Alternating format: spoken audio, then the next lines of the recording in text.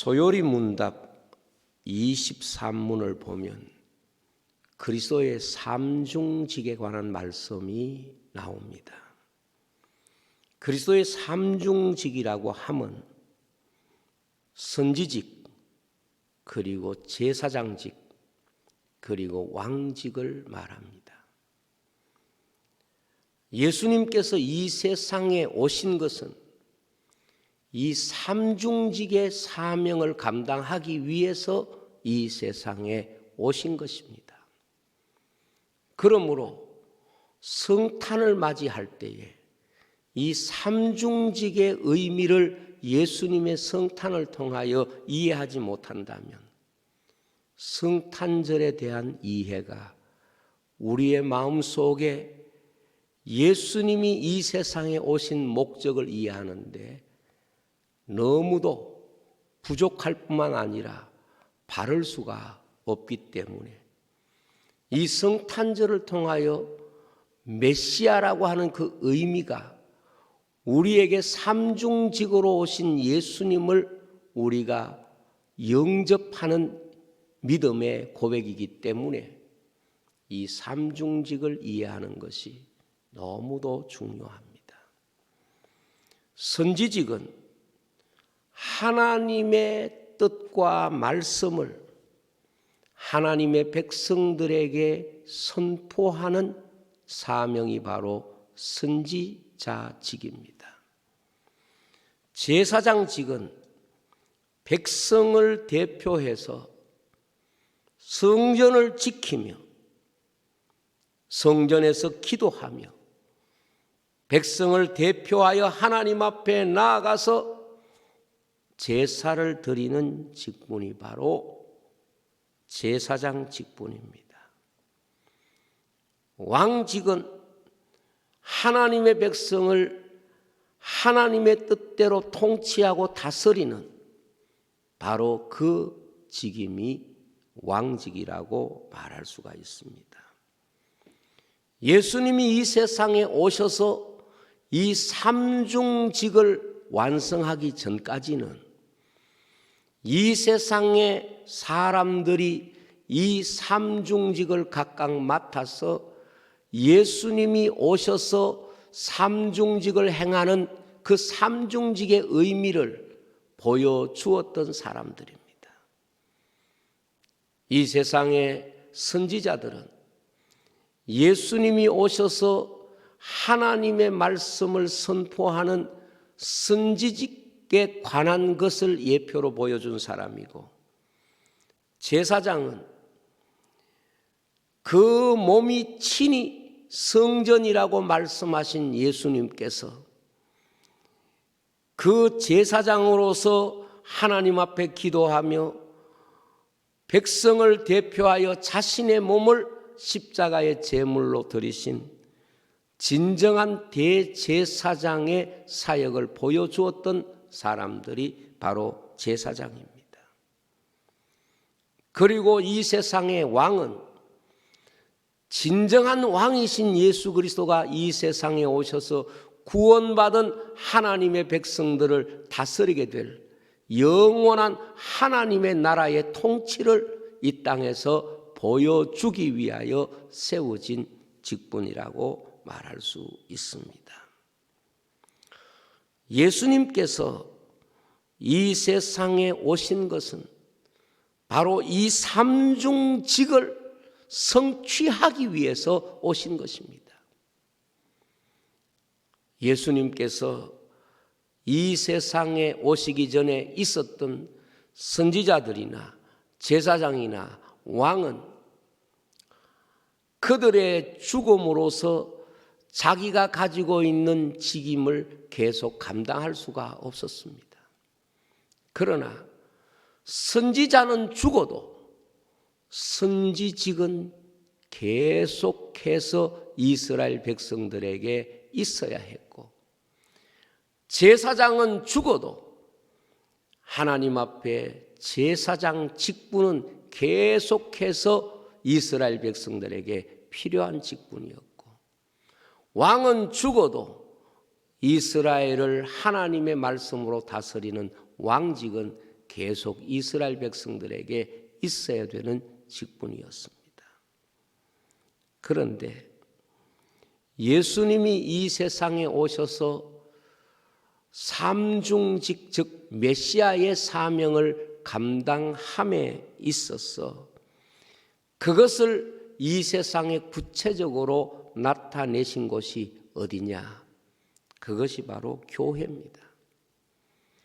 교회는 하나님의 말씀을 받았고 이 말씀을 세상 끝까지 증거하고 선포하는 선지적 사명, 그래서 교회는 예수 그리스도의 몸으로서의 예수님의 삼중직 가운데 이것을 이 땅에 나타내는 선지적 직분을 감당하는 것입니다.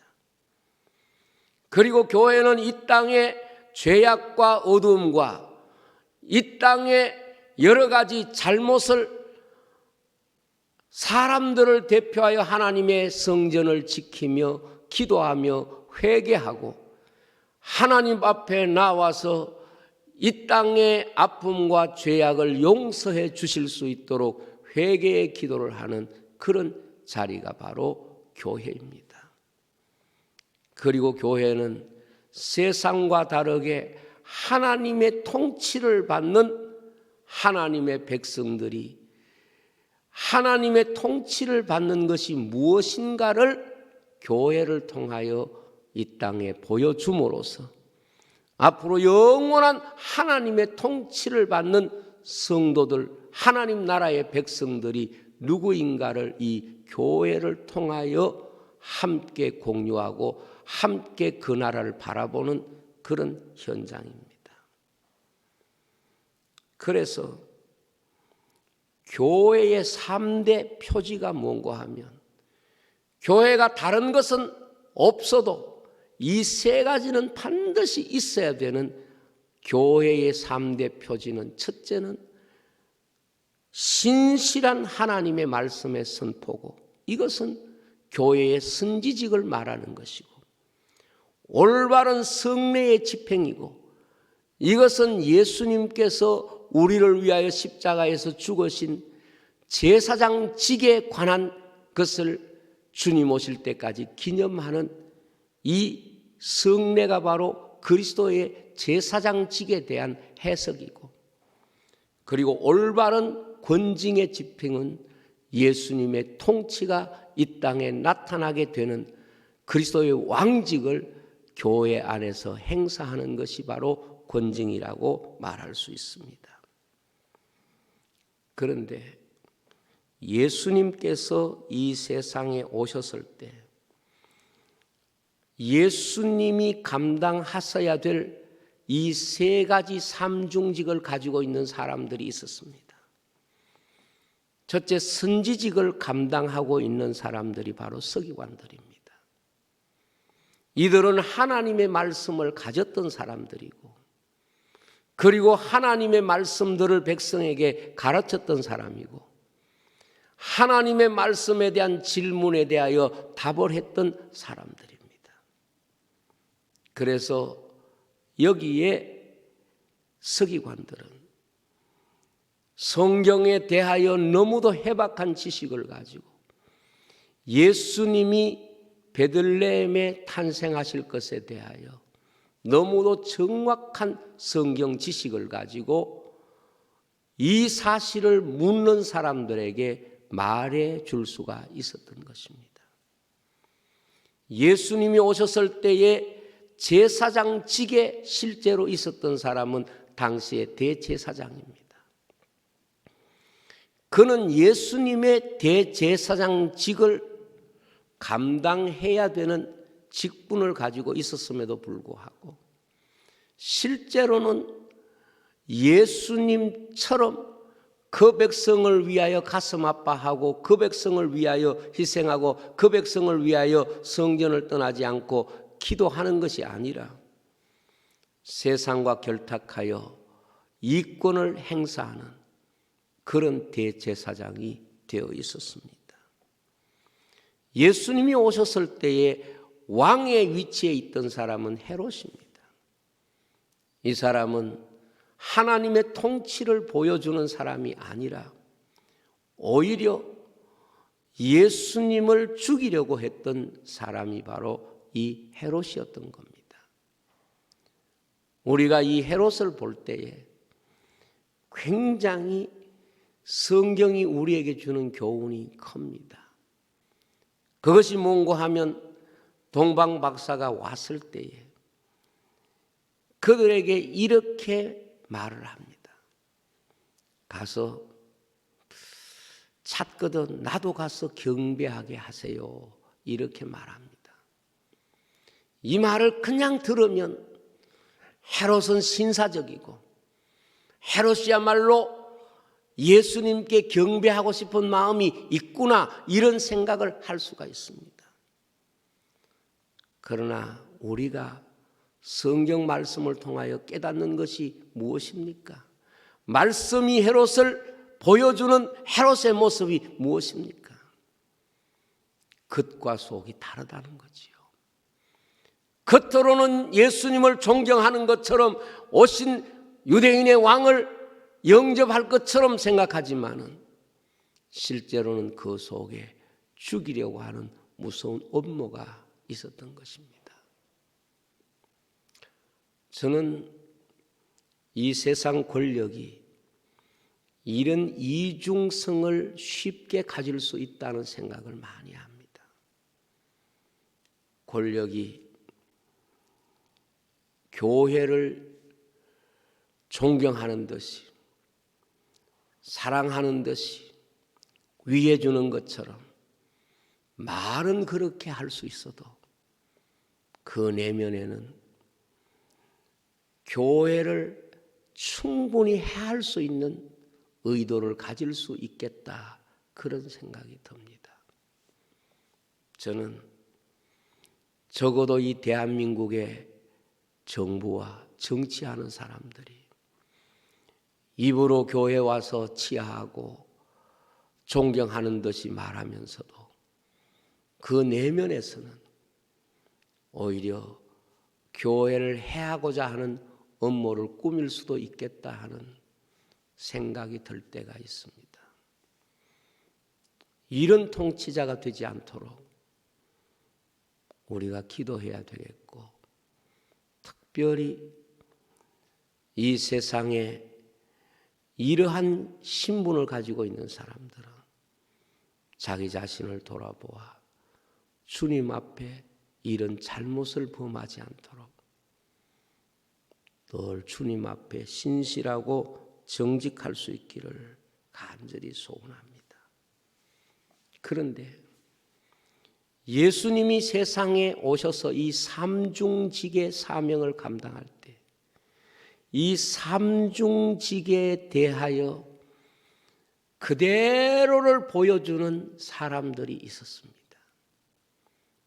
그것이 뭔고 하면 들에서 양을 치는 목자들이고, 그리고 성전을 지키며 성전을 떠나지 않았던 시몬과 안나고, 그리고 유대인의 왕에게 경배하러 왔던 동방 박사들입니다. 이 예수님을 세상에서 만났던, 예수님의 탄생을 만났던 이 세 사람에 의해서 예수님의 삼중직에 관한 중요한 내용을 그대로 성경은 우리에게 보여주고 있습니다. 목자들은 들에서 양을 쳤습니다. 그런데 공중에서 하나님의 천사들이 소식을 전합니다. 오늘 다윗의 동네에 구주가 나섰으니 곧 그리스도 주시니라. 그렇습니다. 이 목자들이 우리에게 보여준 중요한 장면은 선지직의 모습입니다.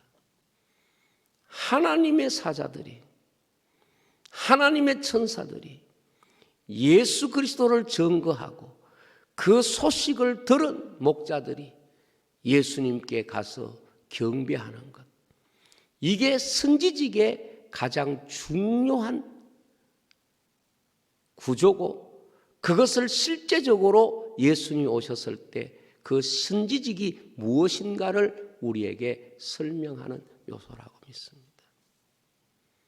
시몬과 안나는 하나님의 성전을 떠나지 않고 금식하고 기도하면서 이 예수님이 우리를 위하여 십자가에서 죽으실 그 놀라운 사건을 예언하는, 그것을 사람들에게 증거하는 제사장적 모습을 보여준 사람이 바로 시몬과 안나입니다.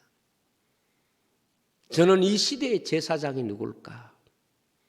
시몬과 안나와 같이 정말 제사장처럼 성전을 떠나지 않고 주야로 기도하면서 이 세상의 죄악과 이 세상의 어두움에 물들지 않고 거룩하고 경건하게 자신을 지키며 이 땅의 죄악과 어두움을 하나님 앞에 예수 그리스도를 통하여 치유하고 회복되는 이런 놀라운 하나님의 약속과 구원의 은총을 선포하는 것, 이것이 바로 그가 예수님이 이 세상에 오셨을 때 보여준 제사장적 모습과 제사장적 사역이라고 믿습니다.